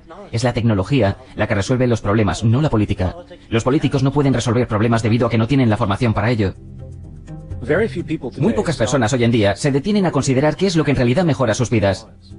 ¿Es el dinero? Obviamente no. El dinero no se come ni se le puede echar al coche para hacerlo correr. ¿Es la política? Todo lo que los políticos pueden hacer es crear leyes, presupuestos y declarar guerras. ¿Es la religión? Por supuesto que no. La religión es apenas una solaz emocional e intangible para aquellos que lo necesitan. El verdadero don que tenemos los seres humanos, que ha sido el responsable por todo lo que ha mejorado nuestras vidas, es la tecnología. ¿Qué es la tecnología? La tecnología es un lápiz, que le permite a uno expresar ideas sobre un papel para comunicarse. La tecnología es un coche, que te permite viajar más rápido que tus propios pies. La tecnología son unas gafas que permiten ver a quien lo necesita. La tecnología aplicada en sí misma es simplemente una extensión de los atributos humanos, que reduce el esfuerzo humano, liberando a los humanos de una tarea o un problema en particular. Imagine lo que sería su vida hoy sin teléfono, o un horno, o una computadora, o un avión. Todo lo que hay en su casa que usted da por sentado, desde el timbre hasta la mesa o el lavaplatos, es tecnología. Tecnología generada por la creatividad científica de los técnicos humanos. No el dinero, la política o la religión. Esas son instituciones falsas. Y escribirle a su congresista es fantástico. Le dicen que le escriba a su congresista si quiere que se haga algo. Los hombres de Washington deberían estar en la vanguardia de la tecnología, en la vanguardia del estudio humano, la vanguardia del estudio del crimen, todos los factores que moldean el comportamiento humano. No tiene que escribirle a un congresista. ¿Qué clase de personas son para ser designados para hacer ese trabajo? El futuro tendrá gran dificultad. Y la pregunta que hacen los políticos es, ¿cuánto va a costar el proyecto? La pregunta no es, ¿cuánto va a costar?, sino, ¿tenemos los recursos? Y hoy en día tenemos los recursos para darle una casa a todo el mundo, construir hospitales en todo el mundo, construir escuelas en todo el mundo, el mejor equipamiento de laboratorio para enseñar y hacer investigación médica. Así que ya ve, tenemos todo eso, pero estamos en un sistema monetario, y en un sistema monetario hay lucro. ¿Y cuál es el mecanismo fundamental que conduce el sistema de ganancia más allá del interés individual? ¿Qué es exactamente lo que mantiene en esencia esa actitud competitiva? ¿Son una alta eficiencia y sostenibilidad? No. Eso no es parte de su diseño. Nada producido en nuestra lucrativa sociedad es remotamente sostenible o eficiente. Si lo fuera, no habría una industria de millones de dólares al año, de servicios para coches, ni la vida media de los productos electrónicos sería de menos de 3 meses, antes de quedar totalmente obsoletos. ¿Es entonces abundancia? Absolutamente no. La abundancia, basándonos en las leyes de la oferta y la demanda, es algo totalmente negativo. Si una compañía de diamantes encuentra 10 veces más de la cantidad usual en una mina, significa que el suministro de diamantes aumenta, lo que significa que el coste y el beneficio por diamante cae. El hecho es que eficiencia, sostenibilidad y abundancia son enemigos totales del beneficio. Por decirlo en una palabra, es el mecanismo de la escasez lo que aumenta los beneficios. ¿Qué es la escasez? Se basa en mantener el valor de los productos. Reducir la producción de petróleo aumenta su precio. Mantener la escasez de diamantes mantiene el precio alto. En la mina de diamantes Kimberley, queman diamantes. Están hechos de carbón. Eso mantiene los precios altos. Entonces, ¿qué significa para la sociedad que la escasez, tanto si es manipulada como si es natural, sea algo beneficioso para la industria? Significa que sostenibilidad y abundancia nunca ocurrirán en un sistema lucrativo, ya que simplemente va contra la misma naturaleza de la estructura. Por tanto, es imposible tener un mundo sin guerras o pobreza. Es imposible hacer avanzar continuamente la tecnología a sus estados más productivos y eficientes. Y lo más dramático es que es imposible esperar que los seres humanos se comporten de una forma verdaderamente ética o decente. ¿Naturaleza humana o comportamiento humano? La gente usa la palabra instinto porque no saben explicar el comportamiento. Se sientan y analizan con su falta de conocimiento. Y dicen cosas como, los humanos están hechos de una determinada manera. La codicia es algo natural, como si hubieran trabajado en ello durante años, y no es más natural que vestirse. Lo que queremos hacer es eliminar las causas de los problemas. Eliminar los procesos que producen codicia, intolerancia y perjuicios. Y que la gente se aproveche de otros y el elitismo, eliminando la necesidad de cárceles y asistencia social. Siempre hemos tenido estos problemas porque siempre hemos vivido en la escasez y el trueque y sistemas monetarios que producen escasez. Si se erradican las condiciones que generan lo que se llama comportamiento socialmente ofensivo, este no existiría. Alguien dice, ¿es algo innato? No, no lo es. La naturaleza humana no existe, existe el comportamiento humano. Y eso es algo que siempre ha ido cambiando a lo largo de la historia. Uno no nace con intolerancia, codicia, corrupción y odio. Es algo que se adquiere en la sociedad. Guerra, pobreza, corrupción, hambre, miseria y sufrimiento humano nunca cambiarán en un sistema monetario. O al menos nunca habrá cambios significativos. Vamos a tener que rediseñar nuestra cultura y nuestros valores. Y tienen que estar en relación con la capacidad de la Tierra de soportarnos, no en opiniones humanas o nociones políticas de cómo debería ser el mundo, o alguna noción religiosa sobre cómo tratar asuntos humanos. Y en eso consiste el proyecto Venus. La sociedad de la que vamos a hablar a continuación es una sociedad libre de todas las viejas supersticiones, encarcelamientos, prisiones, policía, crueldad y ley. Todas las leyes desaparecerán y profesiones, que ya no son válidas, también desaparecerán, como agentes de bolsa, banqueros, publicidad, desaparecidos para siempre, porque ya no son relevantes. Cuando entendamos que es la tecnología ideada por el ingenio humano lo que libera a la humanidad y aumenta nuestra calidad de vida, entonces nos daremos cuenta de que lo más importante, en lo que debemos centrarnos, es en la gestión inteligente de los recursos de la Tierra, ya que es de estos recursos naturales que obtenemos los materiales para continuar nuestro camino hacia la prosperidad. Entendiendo esto, podemos ver que el dinero existe fundamentalmente como una barrera frente a estos recursos, ya que virtualmente todo tiene un coste financiero. ¿Y por qué necesitamos dinero para obtener estos recursos? Por culpa de la escasez real o asumida. Normalmente no pagamos por el aire o el agua del grifo, porque existen en tal abundancia que venderlos no tendría ningún sentido. Así pues, lógicamente, si los recursos y tecnologías aplicables para crear todo en nuestras sociedades, como casas, ciudades y transporte, existieran en tal abundancia, no habría razón para vender nada.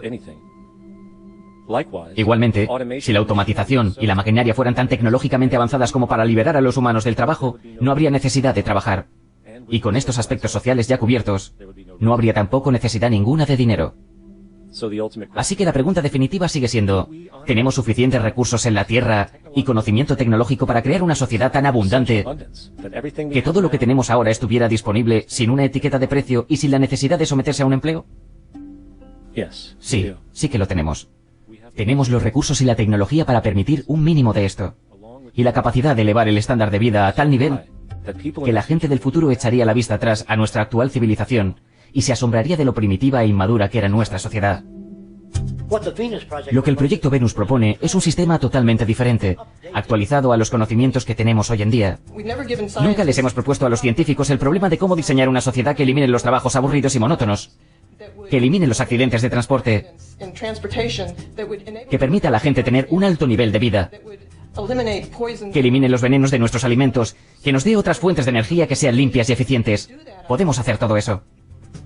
Una economía basada en recursos.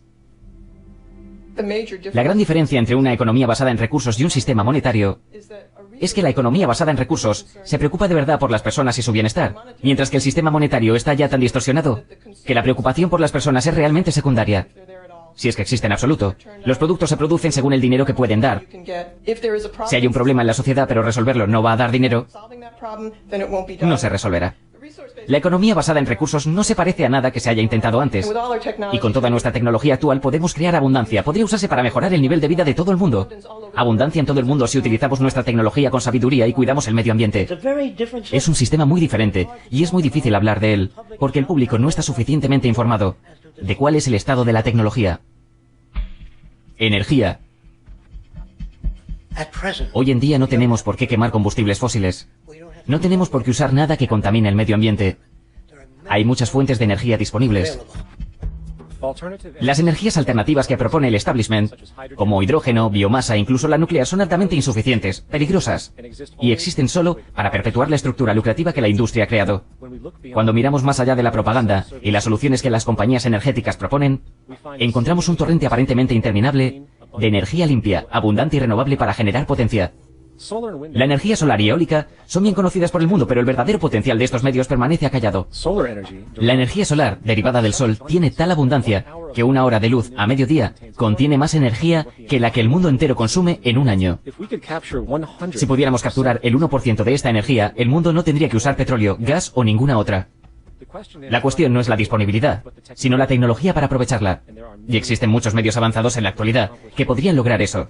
Podrían, si no estuvieran impedidos por la necesidad de competir por una parte del mercado con las estructuras de poder establecidas de las energías tradicionales. Luego está la energía eólica. La energía eólica ha sido muy criticada como débil e impráctica por el hecho de tener que estar localizada. Esto simplemente no es verdad. El Departamento de Energía de Estados Unidos admitió en el 2007 que si el viento fuera aprovechado en su totalidad en solo 3 de los 50 estados, se podría abastecer de energía a toda la nación. Y están los medios poco conocidos como la energía producida por las mareas y las olas. La energía de las mareas es derivada del desplazamiento de las mareas en el océano, instalando turbinas que capturen este movimiento y se genera energía. En Gran Bretaña hay 42 sitios señalados como disponibles. Se pronostica que el 34% de toda la energía de Gran Bretaña podría provenir solamente de la energía de las mareas. La energía de las olas, que extrae energía del movimiento de la superficie oceánica, se estima que tiene un potencial global de hasta 80.000 teravatios hora al año. Esto significa que el 50% del total de la energía en el planeta podría ser producido solamente por este medio. Ahora, es importante puntualizar que las energías generadas por las mareas, las olas solar y eólica no requieren ninguna energía preliminar para ser aprovechadas, a diferencia del carbón, petróleo, gas, biomasa, hidrógeno y todas las demás. Combinando estos 4 medios solamente, si se aprovecharan eficientemente a través de la tecnología, se podría abastecer de energía al mundo para siempre. Dicho esto, resulta que hay otra forma de energía limpia y renovable que la supera. La energía geotérmica. La energía geotérmica utiliza lo que se denomina como minería hidrotermal, que con un simple proceso que utiliza agua, es capaz de generar enormes cantidades de energía limpia. En 2006, un reporte de la MIT sobre la energía geotérmica sostenía que 13.000 zetajulios de energía están disponibles en la Tierra, con la posibilidad de que 2.000 zetajulios sean fácilmente extraíbles con tecnología mejorada. El total del consumo de energía de todos los países del planeta es alrededor de medio zetajulio al año. Esto significa que se podría abastecer de energía durante 4.000 años con solo esta fuente de energía. Y cuando comprendamos que la generación de calor de la Tierra es constantemente renovada, esta energía realmente es ilimitada. Podría ser usada para siempre. Estas fuentes de energía son solo una pequeña parte de las fuentes de energía limpia disponibles, y a medida que transcurra el tiempo hallaremos muchas más. La gran revelación es que disponemos de abundante energía sin necesidad de polución, conservación de lo tradicional, ni tampoco ponerle precio. ¿Y qué ocurre con el transporte? El modo de transporte que prevalece en nuestra sociedad es el automóvil y el avión, los cuales necesitan predominantemente combustible fósil para funcionar. En el caso de los automóviles, la tecnología de las baterías requeridas para alimentar un coche eléctrico que puede superar los 160 km por hora durante más de 300 km con una sola carga existe. Lo ha hecho durante años. Sin embargo, debido a que las patentes de las baterías son controladas por la industria petrolera, lo cual limita su disponibilidad para mantenerse en el mercado junto con la presión política de la industria de la energía, hay barreras para hacer accesible y asequible esta tecnología. No existe ninguna razón salvo los corruptos intereses por obtener ganancias, para que cada vehículo en el mundo no pueda ser eléctrico y totalmente limpio con cero necesidad de gasolina. En cuanto a los aviones, es hora de que nos demos cuenta que este medio de viajar es ineficiente, engorroso, lento y provoca demasiada polución. Esto es un tren maglev, utiliza propulsión magnética. Está totalmente suspendido sobre un campo magnético y requiere menos del 2% de la energía usada en un viaje de avión. El tren no tiene ruedas, así que no existe desgaste. La velocidad máxima actual de versiones de esta tecnología, como la usada en Japón, es de 581 km por hora. Sin embargo, esta versión de la tecnología es muy obsoleta. Una organización llamada ET3, que tiene conexión con el proyecto Venus, ha establecido que otra versión del maglev puede viajar a casi 6.500 km por hora, en un tubo fijo sin fricción que puede ir sobre la tierra o bajo el agua. Imagine ir de Los Ángeles a Nueva York en un descanso para el almuerzo, o de Washington DC a Pekín, China en 2 horas. Este es el futuro de los viajes continentales e intercontinentales. Rápido, limpio, con solo una pequeña parte de la energía que usamos hoy para lo mismo. De hecho, entre la tecnología maglev, la batería de almacenamiento avanzado y la energía geotermal, no habría razones para quemar combustible fósil nunca más. Y podríamos realizar esto ahora, si no estuviéramos retenidos por la paralizante estructura de beneficios. Trabajo. Estados Unidos está inclinado hacia el fascismo. Tiene la propensión, por su filosofía y religión dominantes, de sostener puntos de vista fascistas. La industria de Estados Unidos es esencialmente una institución fascista. Si uno no entiende esto, en el momento que ficha para su trabajo, ingresa en una dictadura. Se nos inculcan ideas sobre la respetabilidad del trabajo. Y yo lo veo como una esclavitud pagada. A uno le educan para creer que debe ganarse la vida con el sudor de la frente. Eso es lo que retiene a la gente, liberando a las personas de los trabajos pesados y repetitivos, que los hacen ignorantes. Usted los está robando. En nuestra sociedad, que es una economía basada en los recursos, las máquinas liberan a la gente. Verá, no podemos imaginar eso debido a que nunca conocimos esa clase de mundo. Automatización. Si miramos hacia atrás en la historia, observamos claramente un patrón que indica que la automatización de las máquinas ha sido reemplazado lentamente al trabajo del hombre. Desde la desaparición del ascensorista hasta la automatización casi completa de plantas para producción de coches. El hecho es que a medida que avanza la tecnología, la demanda de fuerza laboral humana va disminuyendo continuamente. Esto crea un conflicto serio, que prueba la falsedad del sistema laboral basado en el monetarismo. Porque el empleo humano está en competencia directa con el desarrollo tecnológico. Por lo tanto, dada la prioridad fundamental del lucro por parte de la industria, las personas continuarán siendo despedidas y reemplazadas por máquinas. Cuando la industria adopta una máquina en lugar de acortar el día de trabajo, lo que hacen es despedir gente. Uno pierde su trabajo, así que tiene razón en temerle a las máquinas. En una economía de recursos basada en la alta tecnología, es conservador decir que alrededor del 90% de todas las ocupaciones actuales podrían ser reemplazadas por máquinas, liberando a los humanos para vivir sin servidumbre. Para esto sirve la tecnología. Y en un tiempo, con nanotecnología y otras formas avanzadas de ciencia, no es muy disparatado imaginar que incluso operaciones médicas complejas también podrían ser llevadas a cabo por máquinas. Y eso basándonos en los antecedentes con más altas tasas de éxito que las que el hombre consigue en la actualidad. El camino es claro, pero nuestra estructura basada en el monetarismo, que requiere trabajo por dinero, impide ese progreso. Los hombres necesitan trabajo para sobrevivir. La conclusión es que este sistema debe desaparecer o jamás seremos libres y la tecnología será paralizada constantemente. Tenemos máquinas que limpian cloacas y liberan al hombre de ese trabajo. Así que miren a las máquinas como una extensión de la capacidad humana. Además, muchas ocupaciones actuales simplemente no tendrán una base para existir en una economía basada en los recursos, como cualquiera asociada con la administración del dinero, publicidad, además del propio sistema legal. Porque sin el dinero muchos de los crímenes que existen hoy no existirían. Virtualmente todas las formas del crimen son consecuencia del sistema monetarista, ya sea en forma directa o por la neurosis infligida a través de las penurias financieras. Es por eso que las leyes en sí mismas podrían finalmente desaparecer. En lugar de poner una señal, conduzca con cuidado resbaladizo cuando está mojado. Ponga material abrasivo sobre la carretera y así no resbala. Y cuando una persona sube al coche borracha y el coche comienza a ir de un lado al otro, hay un péndulo que oscila adelante y atrás y que llevará el coche en un lado, en vez de una ley, una solución.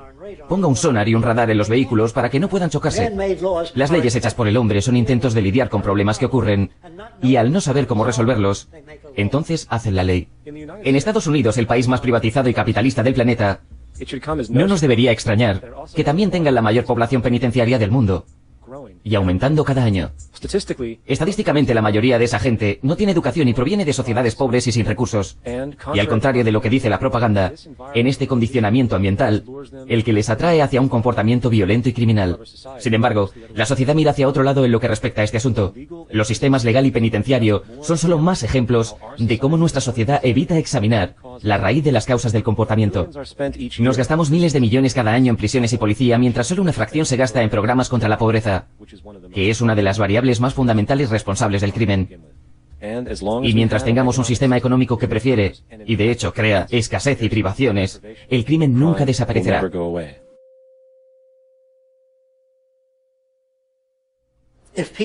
Si la gente tiene acceso a sus necesidades vitales, sin servidumbre, deuda, trueque o comercio, se comportarán de modo muy diferente.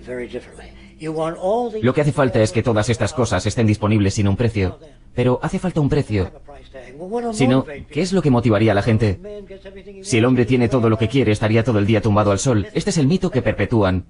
La gente de nuestra cultura está formada para creer que el sistema monetario produce incentivos. Si tuvieran acceso a todo, ¿por qué iban a querer hacer nada? Perderían su incentivo. Eso es lo que se nos enseña para respaldar el sistema monetario. Pero si quitamos el dinero de la ecuación, habría otros incentivos muy diferentes. Cuando la gente tiene acceso a las necesidades de la vida, sus incentivos cambian. ¿Qué hay de la luna y las estrellas? Surgen nuevos incentivos. Si uno pinta un cuadro que le gusta, disfrutará dándoselo a otra persona, no vendiéndolo. Educación. Creo que la mayor parte de la educación que veo hoy en día es esencialmente producir personas listas para un trabajo. Es todo muy especializado, no son generalistas. La gente no sabe mucho de muchos temas distintos. No creo que se pudiera hacer que la gente fuera a la guerra si supiera mucho sobre muchas cosas. Creo que la educación consiste mayormente en memorizar, y no se les enseña a resolver problemas. No se les da herramientas, ni emocionales ni en su propio campo, de cómo desarrollar un pensamiento crítico. En una economía basada en recursos, la educación sería muy diferente. La mayor preocupación de nuestra sociedad es el desarrollo mental, y motivar a cada persona a alcanzar su mayor potencial. Porque nuestra filosofía es que cuanto más inteligente es la gente, más rico es el mundo, porque todos contribuyen al mismo. Cuanto más inteligentes sean sus niños, mejor será mi vida.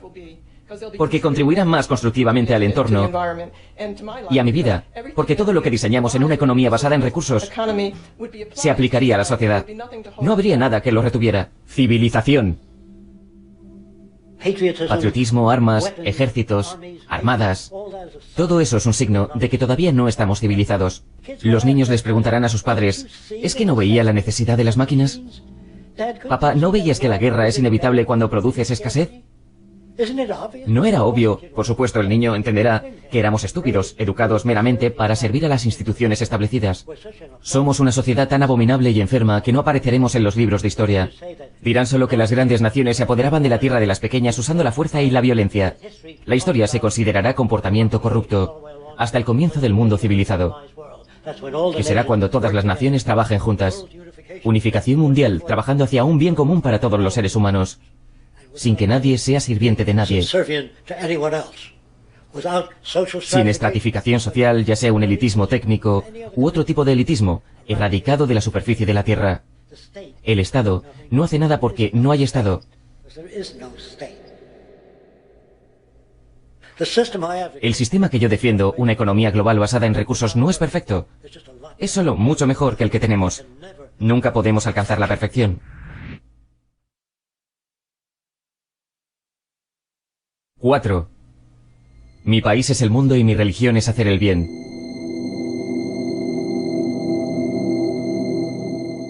Los valores sociales de nuestra sociedad, que se ha manifestado en guerra perpetua, corrupción, leyes opresivas, estratificación social, supersticiones irrelevantes, destrucción medioambiental y una clase dirigente despótica y socialmente indiferente orientada a su beneficio, son fundamentalmente el resultado de una ignorancia colectiva de dos de las visiones más básicas que los humanos pueden tener sobre la realidad: los aspectos emergente y simbiótico de la ley natural. La naturaleza emergente de la realidad es que todos los sistemas, sea conocimiento, sociedad, tecnología, filosofía o cualquier otra creación, experimentarán, si no se las inhibe, un cambio perpetuo y fluido. Lo que hoy en día consideramos común, como la comunicación moderna o el transporte, hubieran sido inimaginables en la antigüedad. Del mismo modo, el futuro contendrá tecnologías, invenciones y estructuras sociales que hoy no podemos ni siquiera imaginar. Hemos pasado de alquimia a química, de un universo geocéntrico a un heliocéntrico, de creer que los demonios eran la causa de las enfermedades a la medicina moderna. Este desarrollo no da muestras de terminar, y ser conscientes de esto es lo que nos guía por un continuo camino de progreso. El conocimiento empírico estático no existe. Es este entendimiento de la emergencia de todos los sistemas lo que debemos reconocer. Esto significa que debemos estar abiertos a nueva información todo el tiempo, incluso si amenaza nuestro actual sistema de creencias y por lo tanto identidades. Tristemente, la sociedad actual no ha sabido reconocer esto, y las instituciones establecidas continúan paralizando el crecimiento preservando estructuras sociales anticuadas.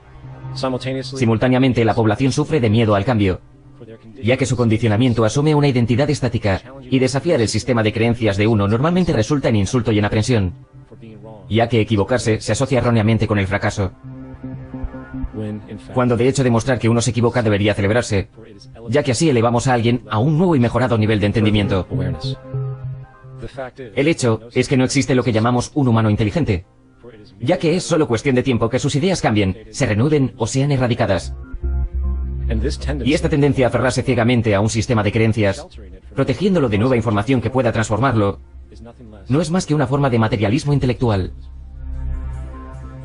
El sistema monetario perpetúa este materialismo, no solo mediante sus estructuras autopreservadoras, sino también mediante las innumerables personas que han sido condicionadas a conservar ciega y reflexivamente estas estructuras, convirtiéndose así en autoasignados guardianes del status quo. Ovejas que ya no necesitan a un perro pastor que las controle, ya que se controlan unas a otras condenando al ostracismo a los que se salen de la norma. Esta tendencia a oponerse al cambio y conservar las instituciones existentes por el bien de la identidad, confort, poder y beneficios es completamente insostenible, y solo creará más desequilibrios, distorsión, fragmentación e invariablemente destrucción. Es momento de cambiar. De cazadores-recolectores a la revolución agrícola, a la revolución industrial, la pauta está clara. Es momento de un nuevo sistema social que refleje los conocimientos que tenemos. El sistema monetario es producto de un periodo en que la escasez era una realidad. Ahora, en la edad de la tecnología ya no es relevante a la sociedad. Debe desaparecer junto con los comportamientos aberrantes que provoca. Del mismo modo, las visiones dominantes del mundo como las religiones deísticas operan con la misma irrelevancia social. Islam, cristianismo, judaísmo, hinduismo y todas las demás existen como barreras al crecimiento personal y social, ya que todas ellas perpetúan una visión cerrada del mundo. Y esta compresión finita, que ellos reconocen, simplemente no es posible en un universo emergente. Y sin embargo, la religión ha conseguido acallar la consecuencia de esta emergencia, inculcando en sus seguidores la distorsión psicológica de la fe, en la que la información nueva y lógica es rechazada en favor de creencias tradicionales anticuadas. El concepto de Dios es realmente un método de explicar la naturaleza de las cosas. En nuestros inicios, la gente no sabía suficiente cómo se formaban las cosas y cómo funcionaba la naturaleza, así que inventaban pequeñas historias y crearon a Dios a su imagen y semejanza. Un tipo que se enfada cuando la gente no se comporta bien, provoca inundaciones, terremotos y ellos dicen que son un acto de Dios. Una rápida mirada a la historia omitida de las religiones revela que incluso los mismos mitos fundacionales son culminaciones emergentes desarrolladas por las influencias durante la historia. Por ejemplo, una doctrina cardinal de la fe cristiana es la muerte y resurrección de Cristo. Esta noción es tan importante que la misma Biblia dice: y si Cristo no se hubiera levantado, nuestras oraciones y nuestra fe serían en vano. Y sin embargo, es muy difícil tomar este relato literalmente, ya que no solo no hay una fuente primaria que señale este evento supernatural en la historia secular, sino que el conocimiento del elevado número de salvadores precristianos que también murieron y resucitaron pone inmediatamente esta historia en territorio mitológico por asociación. Figuras de los inicios de la Iglesia como Tertuliano intentaron por todos los medios romper estas asociaciones, alegando incluso que era el diablo el que provocaba estas similitudes, diciendo en el siglo II que el diablo, cuya labor es pervertir la verdad, copia las circunstancias exactas de los divinos sacramentos, bautiza a sus creyentes y les promete perdón por sus pecados, celebra la oblación del pan e incluye el símbolo de la resurrección. Reconozcamos, pues, la astucia del diablo que copia ciertas cosas de los que son divinos. Lo que sin embargo es realmente triste es que cuando dejemos atrás la idea de que las historias del cristianismo, judaísmo, islam y las demás son historia literal, y las aceptemos por lo que son realmente, expresiones puramente alegóricas derivadas de muchas creencias, veremos que todas las religiones tienen algo en común, y es el imperativo unificador que debe ser reconocido y apreciado. La fe religiosa ha causado más fragmentación y conflictos que cualquier otra ideología. Solo el cristianismo tiene más de 34.000 subgrupos. La Biblia está sujeta a interpretación. Cuando uno lee dice, creo que Jesús quiso decir esto, y Job aquello. Oh no, quiso decir esto. Así que tenemos luteranos, adventistas del séptimo día, católicos, y una iglesia dividida no es una iglesia.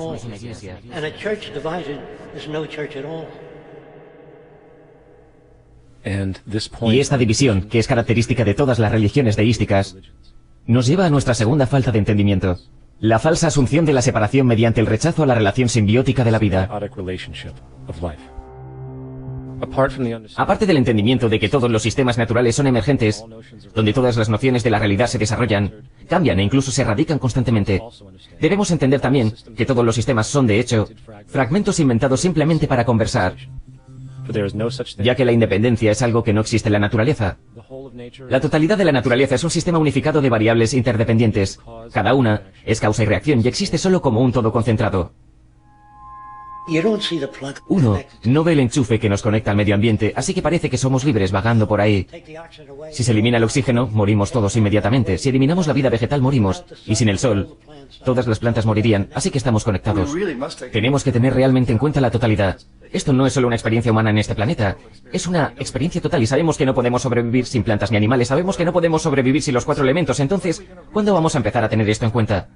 En eso consiste tener éxito. El éxito depende de lo bien que nos relacionemos con nuestro entorno.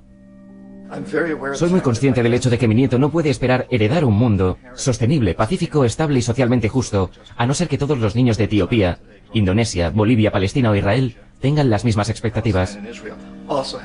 Hay que cuidar a toda la comunidad o estaremos siempre metidos en problemas. Que todo el mundo es la comunidad. Y debemos cuidarnos los unos a los otros de esa forma, y no solo una comunidad de humanos, sino también plantas, animales y elementos. Y tenemos que comprender que eso es verdad. Eso es lo que nos traerá alegría y placer. Eso es lo que falta ahora en nuestras vidas. Podemos llamarlo espiritualidad. Pero la cuestión es que la alegría viene de la felicidad, de estar conectado. Ese es nuestro espíritu divino, esa es la parte de nosotros que realmente lo siente. Y podemos sentirlo en lo más profundo de nosotros. Es un sentimiento increíblemente maravilloso. Y uno lo reconoce, porque no lo obtiene con dinero. Lo obtenemos de la conexión. Eso sí que es un peligro para este país.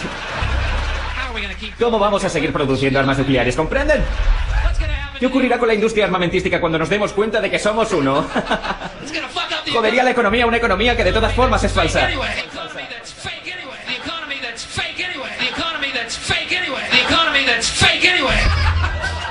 Y eso sería una putada. Así que entiende que el gobierno esté en contra de la idea del amor incondicional. Creo que una verdad sin armas y amor incondicional tendrá al final la última palabra de la realidad. Una vez entendamos que la integridad de nuestras existencias personales es completamente dependiente de la integridad de todo lo que nos rodea, habremos entendido de verdad el significado del amor incondicional. Porque el amor es extensionalidad y verlo todo como parte de ti y a ti como parte de todo. No puede tener condicionalidades porque de hecho todos somos todo al mismo tiempo. Si es verdad que todos procedemos del centro de una estrella, cada átomo de nuestro cuerpo proviene de esa estrella, entonces todos somos lo mismo. Incluso una máquina de Coca-Cola o una colilla en la calle en Búfalo está formada por átomos que vinieron de una estrella, han sido reciclados miles de veces como usted y yo. Y por tanto, todo lo que hay ahí fuera soy yo. Entonces, ¿de qué tenemos miedo? ¿Qué es lo que nos obliga a buscar consuelo? Nada. No hay nada que temer porque todo es nosotros. El problema es que nos separaron al nacer y nos dieron un nombre y una identidad y nos individualizaron. Nos separaron de la unidad y eso es lo que explota la religión, que la gente tiene esa ansiedad por formar parte del todo de nuevo. Y eso es lo que explotan. Lo llaman Dios, dicen que tiene reglas y yo creo que es cruel. Creo que se puede vivir sin religión.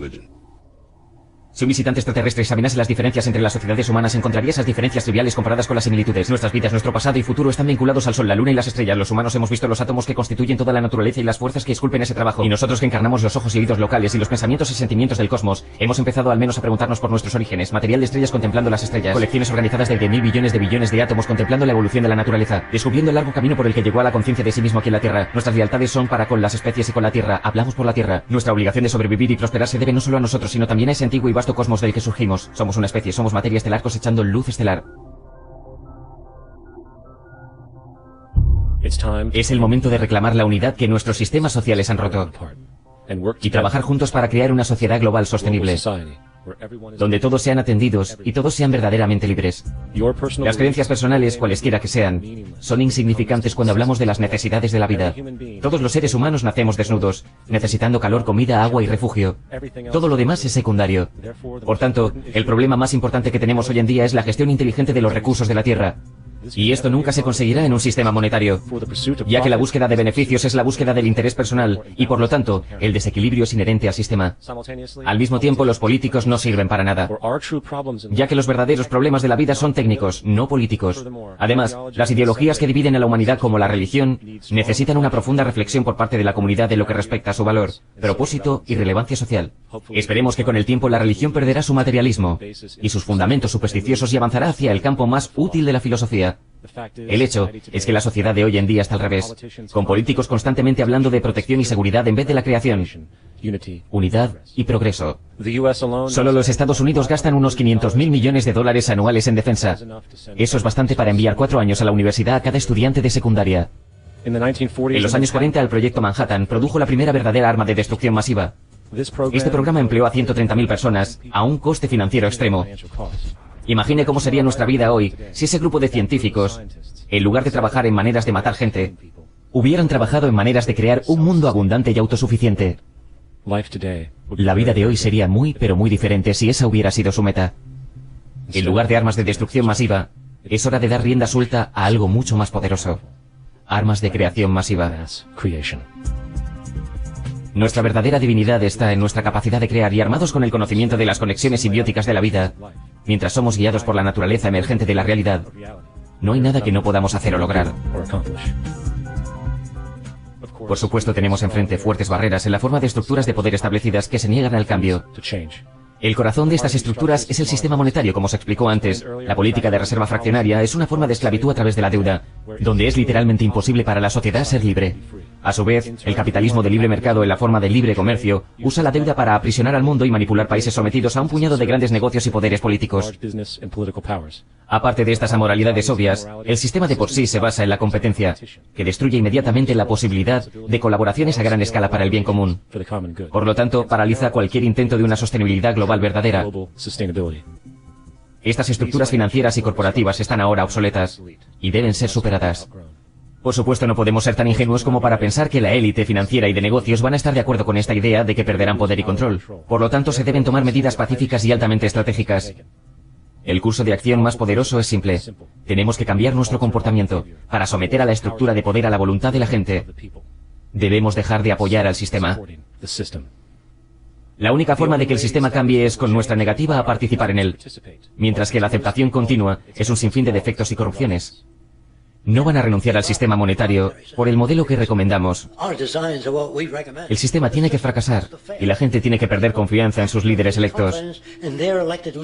Ese será un momento crucial si el proyecto Venus es ofrecido como alternativa posible. Si no, temo las consecuencias. Las tendencias indican que ahora nuestro país está yendo a la bancarrota.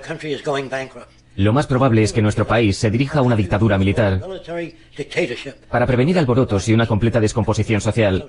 Una vez que Estados Unidos se venga abajo, todas las demás culturas experimentarán algo similar.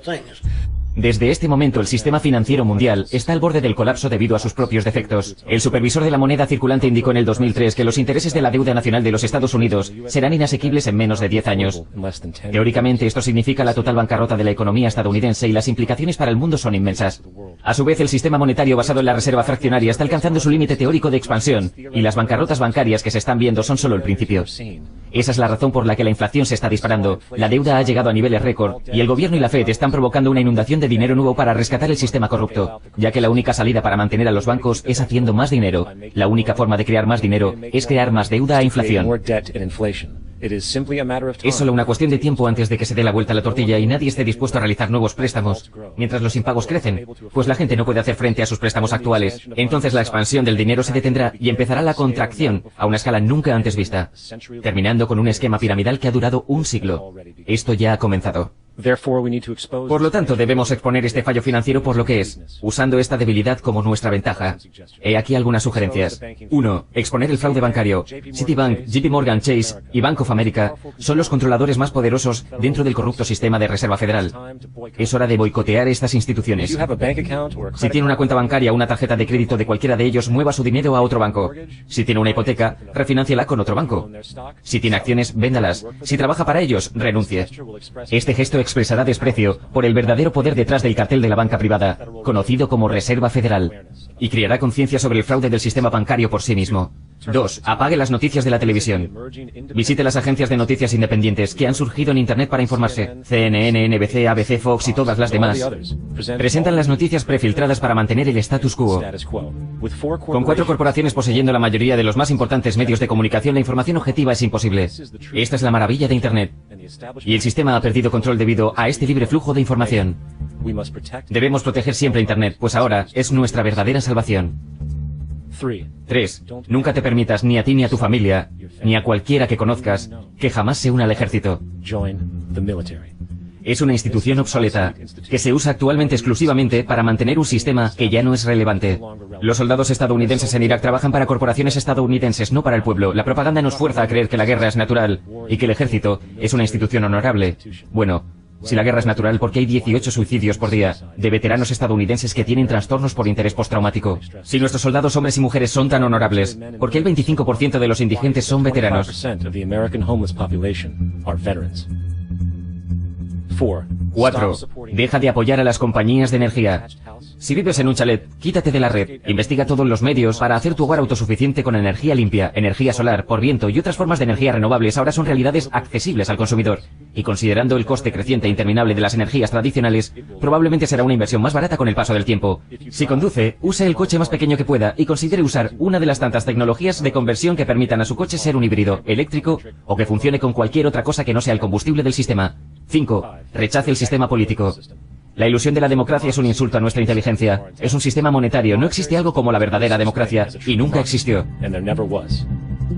Tenemos 2 partidos políticos poseídos por los mismos grupos de presión corporativos. Están situados en sus posiciones por las corporaciones, con una popularidad artificialmente proyectada por sus medios de comunicación. En un sistema de corrupción sistemático, el cambio de personal cada par de años tiene poca relevancia. En vez de simular que el juego político tiene un significado real, concentra tu energía en cómo trascender este sistema fallido. 6. Únete al movimiento. Entra en thefakegamesmovement.com y ayúdanos a crear mayor movimiento masivo para el cambio social que jamás se haya visto. Debemos movilizar y educar a todos sobre la corrupción inherente de nuestro actual sistema mundial, junto con la única solución verdaderamente sostenible, declarando todos los recursos naturales del planeta como una herencia común a toda la gente, mientras que informamos a todos sobre el estado real de la tecnología y cómo podemos ser todos libres si el mundo trabaja unido en lugar de pelear. La elección es tuya. Puedes seguir siendo un esclavo del sistema financiero y mirar las continuas guerras, depresiones e injusticias en todo el mundo, mientras te calmas con distracciones vanas y basura materialista. O puedes enfocar tu energía en un cambio verdadero, significativo, holístico y duradero, que tiene la capacidad realista de sostener y liberar a todos los humanos sin dejar a nadie atrás. Pero al final, el cambio más relevante debe ocurrir primero dentro de ti.